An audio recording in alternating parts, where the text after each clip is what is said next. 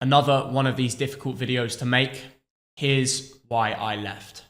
If I go back to May this year, post World Cup, an amazing opportunity arose where I had the opportunity to become the youngest football director in European football.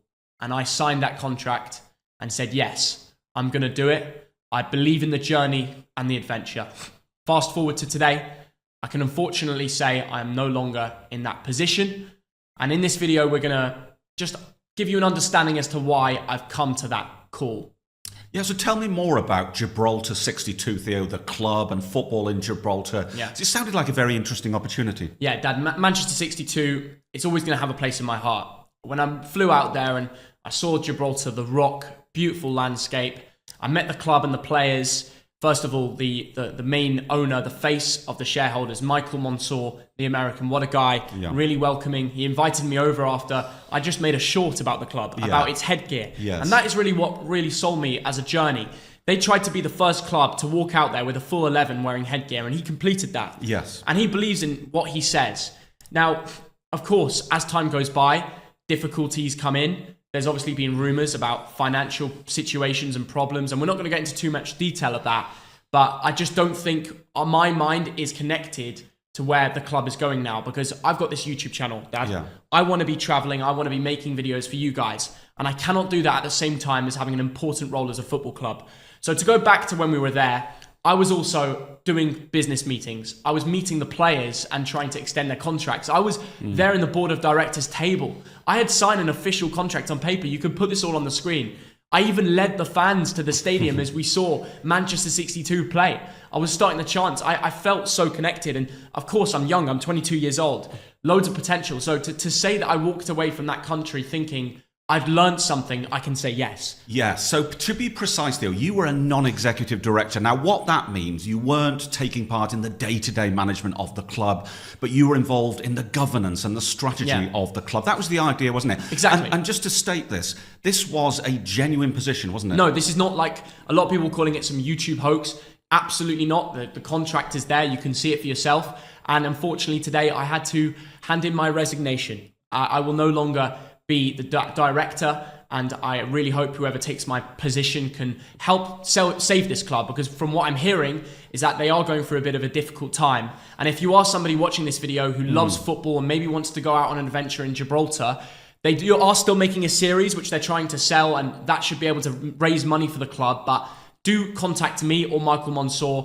to take that further, because they are good people, and I just truly believe that with the right management, they can lead on and create an amazing story. I mean, it was very smart of them to get you involved, wasn't it, as a director there? Because obviously what you've brought to the club in those 7 or 8 months is a lot of publicity. Dad, we made a football. documentary video that got over 300,000 videos. My Instagram post announcing that got over 100,000 likes. The impressions were over 1 million. I don't think Gibraltar's ever seen that sort of social media prowess. That's sort of why I keep getting messages today saying, how are you doing at your football club? That's why we sat down here making this video.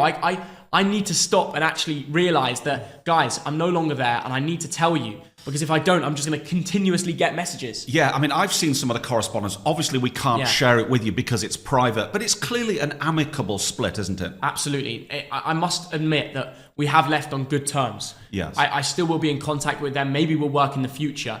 And they're doing well this year. They finished last year just in the top of the relegation pack, so they didn't get relegated, they didn't get promotion. Unfortunately, they didn't make that Europa Conference League spot that we were all hoping and dreaming of. But they did end on a great run. And this season, they've signed Thogden, who used to play for Chelsea and Coventry City. A lot of you guys might know that. He still plays there.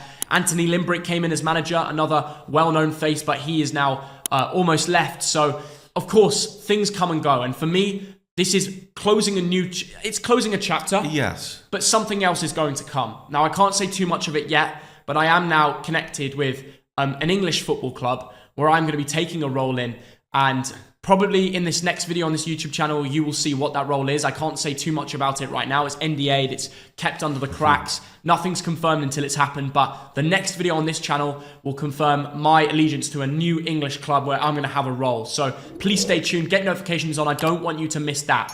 But I do want to say thank you to everybody at the club. I met a lot of the players when I was out there, and proper nice guys, shared a pint after the match with a few of the lads. I wish you all the best. And I know it's a very difficult situation, what you're going through right now, but stay in there. Stay, keep getting involved with the club. Keep fighting, because right now they're in a very good position in the table.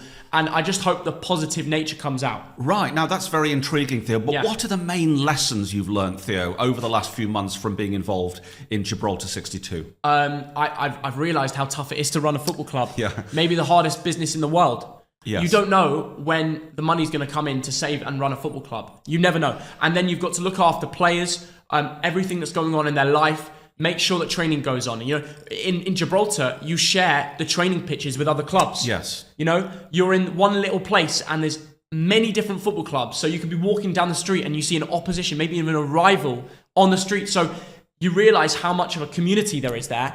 And you have to be careful, Dad. You really have to be aware. And talking back to business in football, the money that comes in, now I know how important it is to have an owner. I met Tony Bloom last night, and the job he's done at Brighton, I watched a documentary. He made it from third division, League One, as it was called, as you call it now, but third division. Players back in the day when you were growing up were sitting on the pitch because Brighton was ran so badly. Yes. And then Tony Bloom came in out of nowhere. They had a £50 million expansion stadium idea. He paid for it. And he brought them to the Premier League. And that's just one example of how football clubs, with the right management, can go right to the top. And I think the future could happen with Manchester 62. Maybe it's you watching this video who will go in and help them. I mean, this is interesting, Theo, because over the last 9 years, since you've been a YouTuber, you've met the owners of Bolton Wanderers, the Andersons, Sharon Britton. The same you've has happened met to Tony us. Bloom, you've met Matthew Benham, you've met Gibraltar 62.